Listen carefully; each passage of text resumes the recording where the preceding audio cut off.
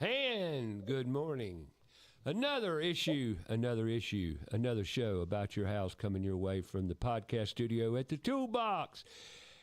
Happy cold winter, everybody. Gosh, we got a lot to talk about winter and cold. So much to talk about, it's hard to even talk about it. Yeah, that's kind of crazy, but I think whatever problems you might have around cold, I think we've experienced it. Let me introduce my guests. We got two guests, actually, from the new studio here. I got Brian Morehouse with S&N Infrastructure. Good morning, Mr. Morehouse. How are you doing? Good morning, Ray. Thank you for having us on. I appreciate you just burring it down in the cold and coming up and visiting with us today. I appreciate you coming in. Definitely. Thank you for having us. And it was a good drive in. I mean, thank goodness this wasn't yesterday. But yesterday, I think the ice was on the roads, but today was pretty good coming down here into Charlotte from Shelby. It wasn't bad yesterday afternoon. We got a lot of sunshine and a lot of passive solar hitting the roads out yesterday afternoon. But any rate, it got cold. Last night it got down to 18, I believe. And tonight, I don't know how cold it's going to get. I don't have the weather pulled up. But it's going to get cold again. But I've got also another guest, and that's Chessa Tremble.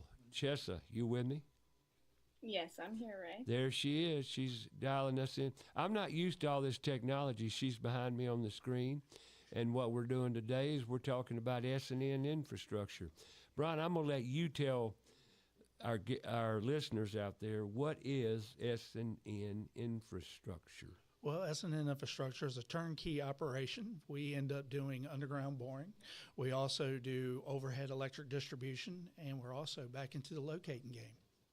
Oh, locating. So yes. Y'all are locating again? Y'all are locating just like NC 811? Well, many people call NC 811, put in their locate request, and we have certain stakeholders that we end up locating for in North Carolina, Virginia, and now Georgia. So it's been really good. We decided to get back into the game right around 2023, and we saw a great need and being back in to the locate business. We used to be in it, then ended up getting out of it and decided to get back into it. So we do a lot of things with fiber. As you know, fiber is a real big thing nowadays. What's fiber? Fiber? Now, you speak of it like it's just like Hershey candy bars. I mean, what's fiber? You know, what's fiber? Come on. So fiber is the new way nowadays. Everybody's wanting fiber to the home, being able to have better internet, and it's just really taken off in probably the last 3 to 4 years. Well, I got fiber optics here in the studio back some 3-4 years back because I knew what was coming with the podcast studio with bandwidth and all that technology talk. You got to have it. You do. And it's really good to be able to have. A lot of people are getting it in their areas now. Saw a great need in it after 2020, after we went through COVID. A lot of people weren't being able to stay in touch, be able to do homeschooling, things like that. Nowadays, making that technology more available even to the rural areas. Well, you know, S&N Infrastructure has donated to Put Tools in Schools, and you've come to several events around Put Tools in Schools in the Trades Career Days. And I personally want to thank S&N Infrastructure for stepping up and supporting us, because we definitely need more of industry stepping up and supporting the mission. And a quick note, you've participated in 3 or 4 events now? Yeah. Around Put Tools in Schools, but you've been to other school districts and you've participated in other initiatives, have you not? Yeah, we are based out of Virginia, Louisa, Virginia. That's our headquarters, and we've been involved with CTE programs. Mm-hmm. And then we decided, after talking with you, I happen to know you from my NC 811 days, having me on the show, and we ended up talking about this program, and you were telling me all the efforts that you were putting into it and all the hard work, and we want to be able to be part of it, show everyone that Put Tools in Schools. A lot of people don't go to college, and they're not ready for college when they get out of high school.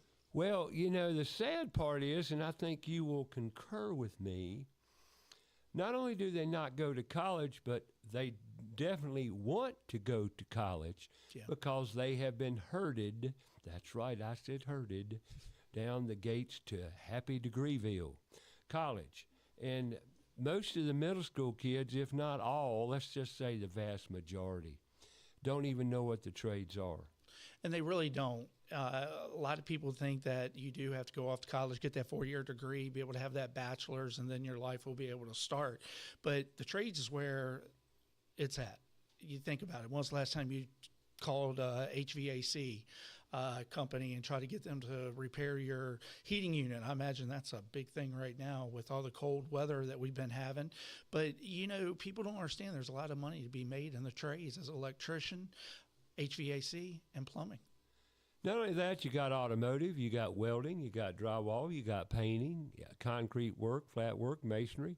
I mean, I can go on and on and on. And really what it boils down to is service industry, serving purpose. Every day you get up, you put your work clothes on, you go out and you serve purpose, and you service people's lives in some way, shape, or form. Mm-hmm. You're doing that with S&N Infrastructure. And what y'all do, you're doing the same thing. So y'all are part of the trades. Yes. With the infrastructure side, but we can't put a name on that necessarily. And that's why I love it when you come on the show to show another side to Put Tools in Schools with all the, let's take Chessa Tremble. Chessa, good morning again. Now it's your turn. Chessa, what do you do for S&N? I am a site superintendent for the underground drilling and boring section of the company. What does Chessa do? Now, I know you just told me your position, but what do you do?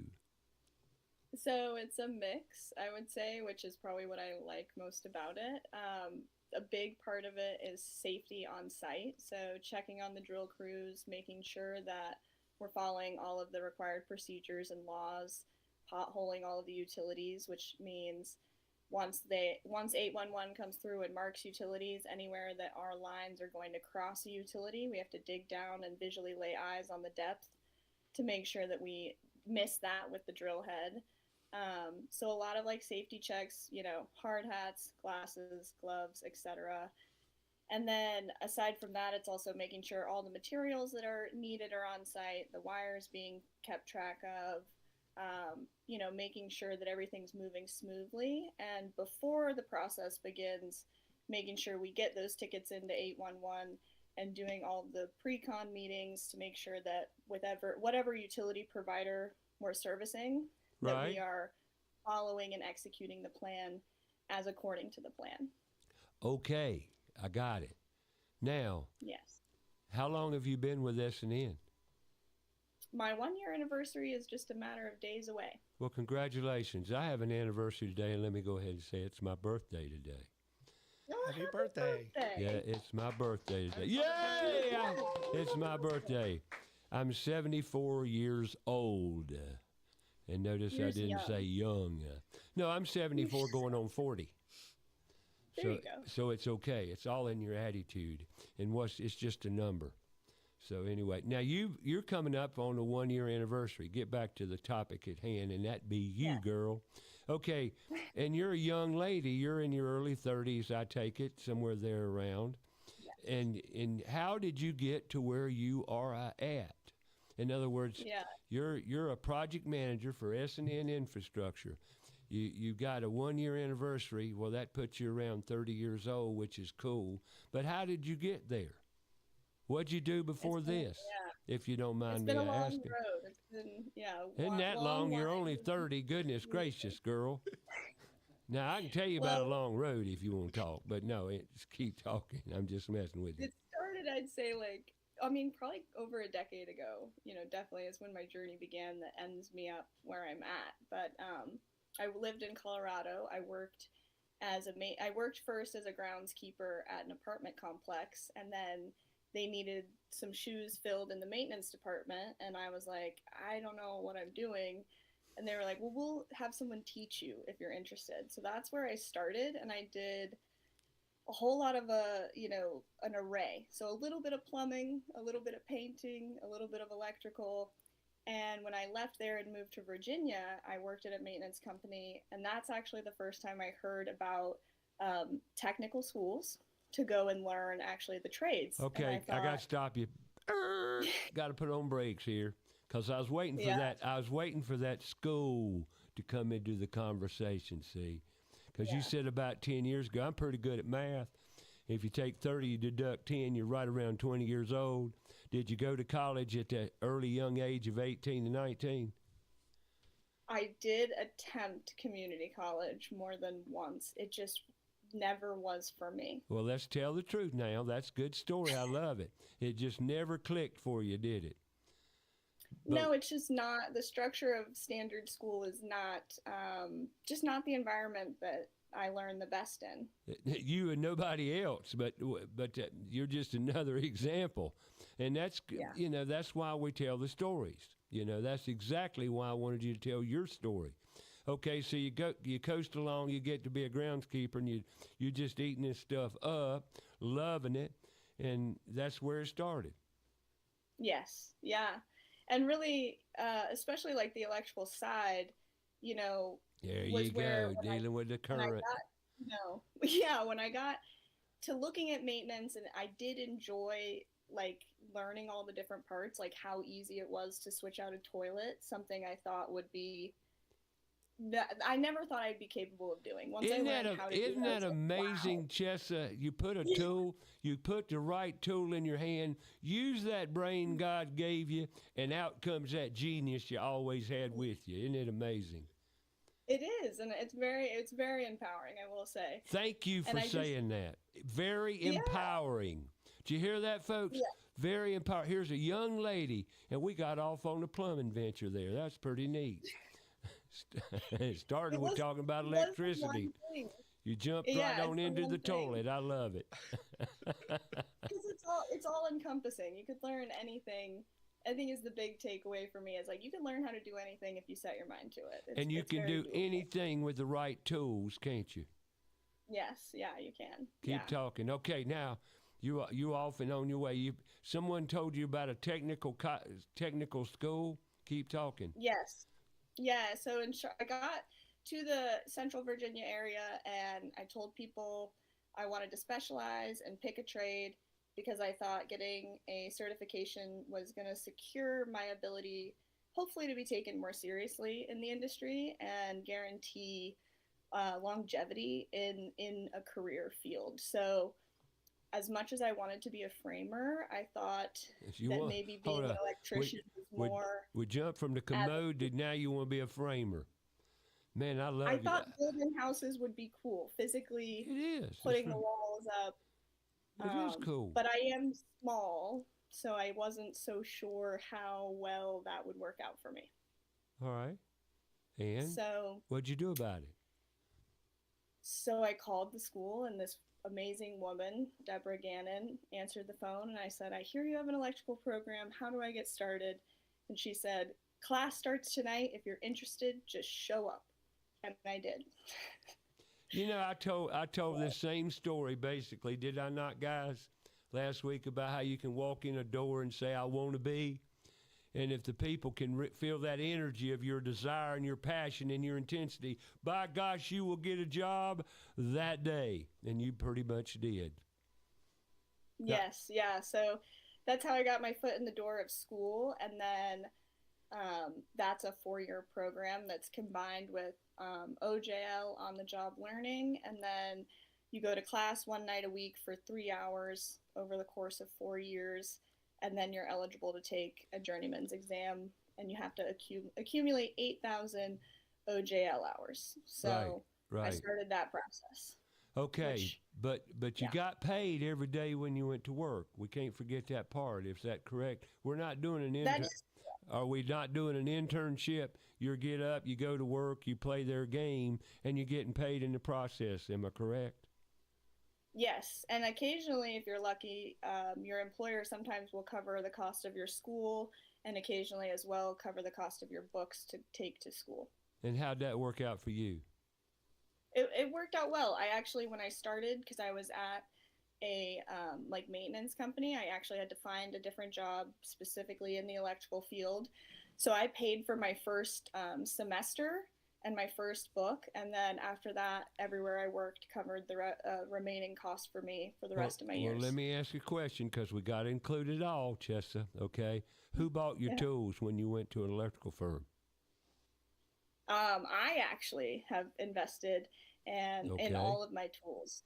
So you bought your Yes, tools. I did. Yes, Cool. Well, that's my great. I just family want to helped tell with people all the whole story because, folks, let me tell you something about the trades. They're great. God, I love the trades. I love tools. Tools are toys. Are they not, Chessa? Are they not it. They toys? are. They're They are. toys. They're just more expensive. And nah, I don't know that they're that much more expensive after Christmas this year.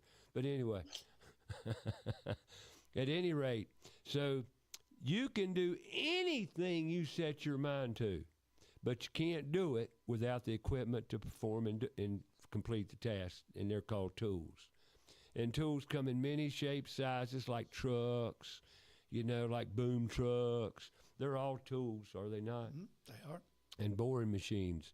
Now, let me ask you this, Chessa. Have you ever operated a piece of machinery? I've driven like a tractor, but I've Well, not that's a piece of operated machinery. much equipment. Well, that's Yeah, and I've operated a bucket truck a little bit, and that's about it. bucket truck. Cool. Infrastructure equipment. Yeah. Okay. So you've been with S&N. Where do you see yourself in a year or 2 years, whatever? Are you a happy I girl? mean, yeah, I love what I do. I That's a love, good word right there. I love what I do. I love it. yeah, I like both sides of it.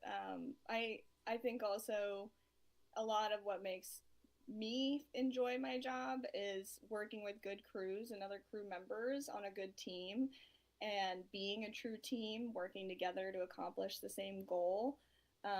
And I enjoy reassuring customers of the process. I think it's easy when you work outside of someone's home to forget that you're still at someone's house and they want to know what's going on and what to expect.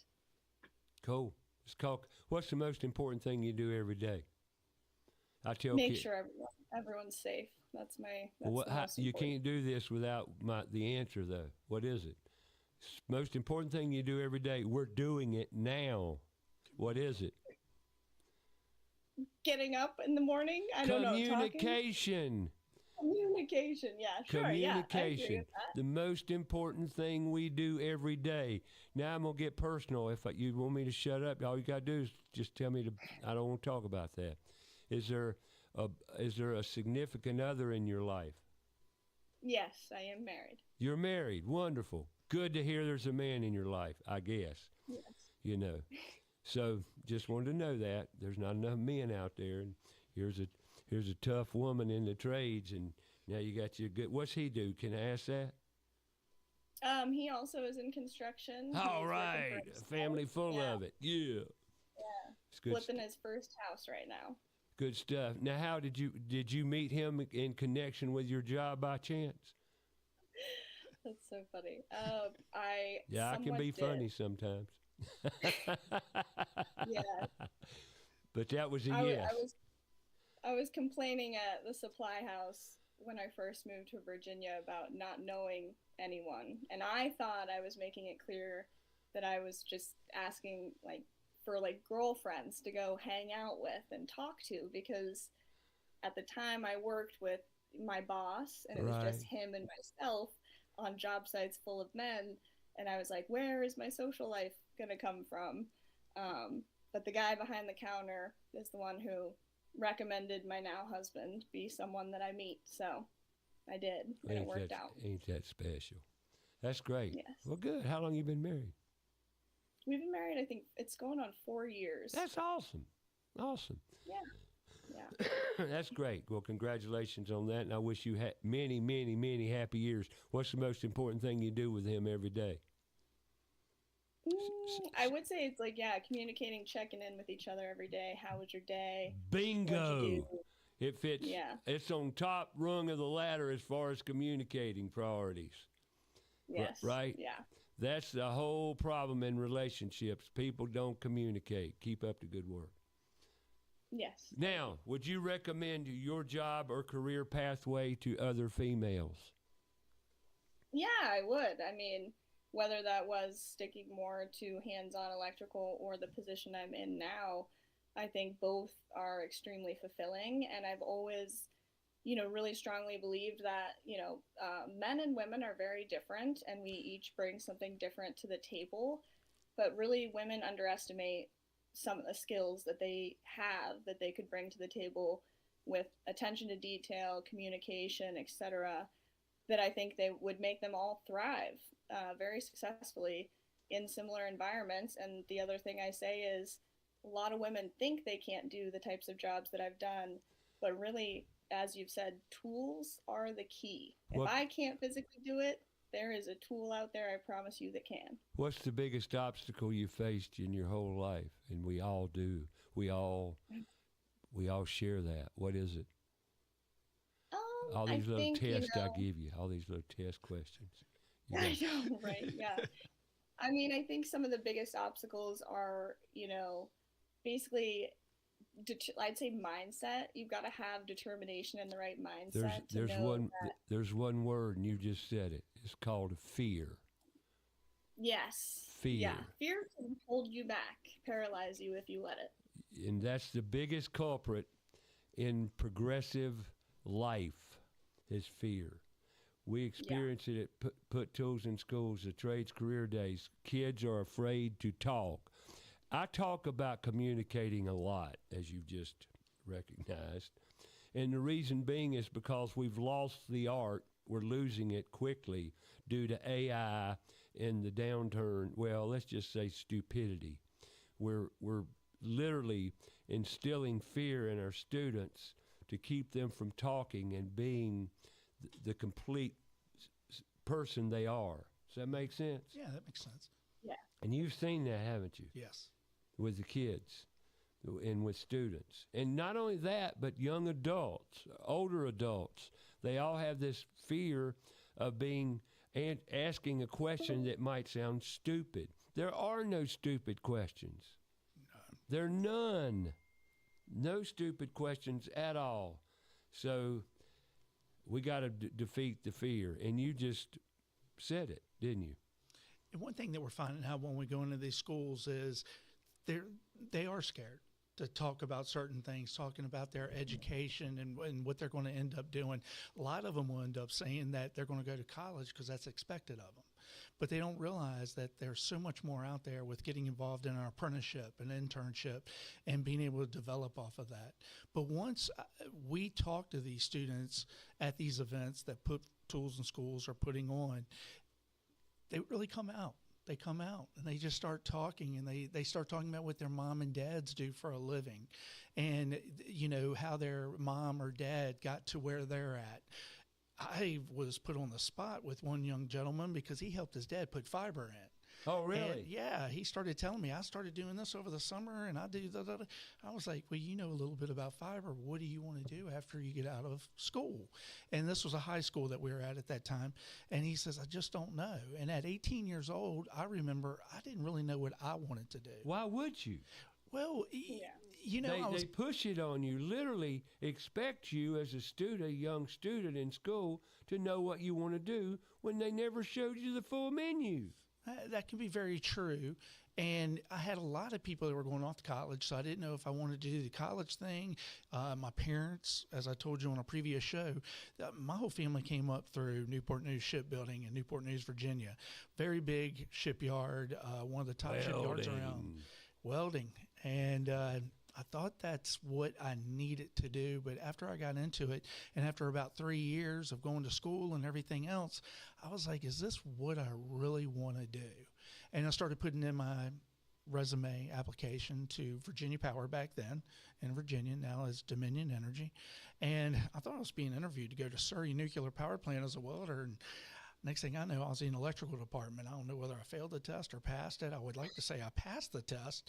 And it was a great career, but I remember my mom being so scared that I was going into the electrical business because I knew nothing about electrical. And it was a great opportunity for me. And I really enjoyed it, and I stayed with it, and that's what my life has been all about. Gotcha. And there's just so many things that you can be able to do. And getting back to when I was in high school, a lot of my friends were going in the military. and I didn't know if I wanted to go in the military. I didn't know exactly what I wanted to do, but it's like people like us that are in these schools now and talking with them and letting them know what kind of opportunities are out there and what they can be able to do to be able to get into the trades. Gotcha. Well, let me take a breather here, folks, because I got to talk about my sponsors. You know, we couldn't do this without the support of our sponsors. And every week we do a show about your house, and it's brought to you by Queen City Home Store, queencityonline.com. You can shop right online. That's queencityonline.com. Numerous stores. The NARI meeting, the National Association of the Remodeling Industry, had its kickoff meeting for January at the new home store down in Pineville. Went down there last Thursday evening and joined the whole membership in the new store. Great store, something I highly recommend. Go visit them down there in the Carolina Place Mall out parcels. You can't help but miss it. There's two stores, one across the street from each other. But that's Queen City Home Store, been in Charlotte since 1952.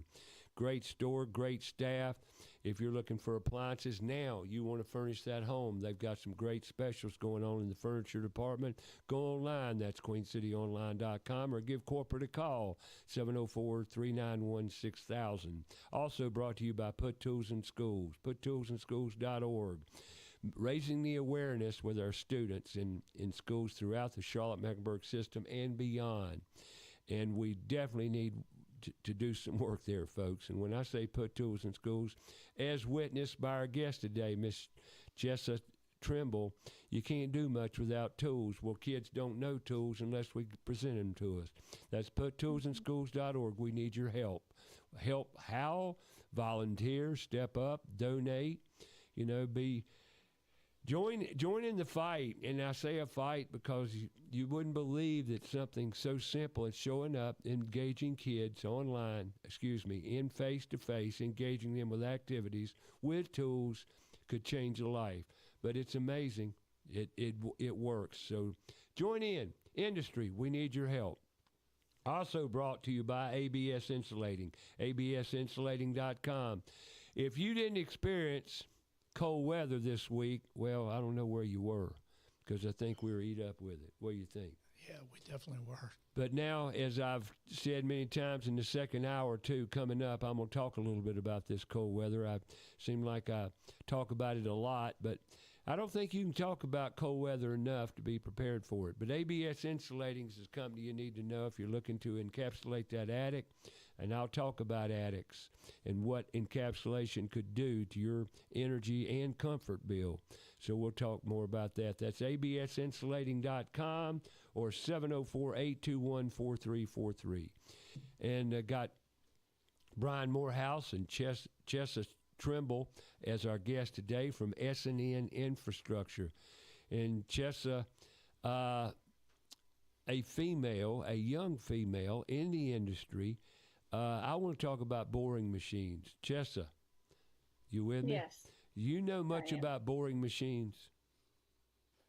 I do know a good bit, yes. When you say good bit, could you operate one?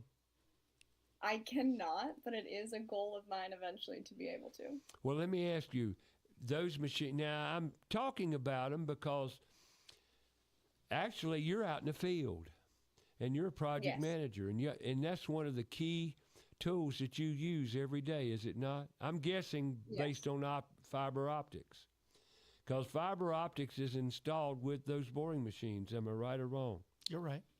Correct. In many areas, I mean, I know you'll see these boring machines. They'll be in your neighborhoods. A lot of people end up asking, what is that machine doing in the neighborhood?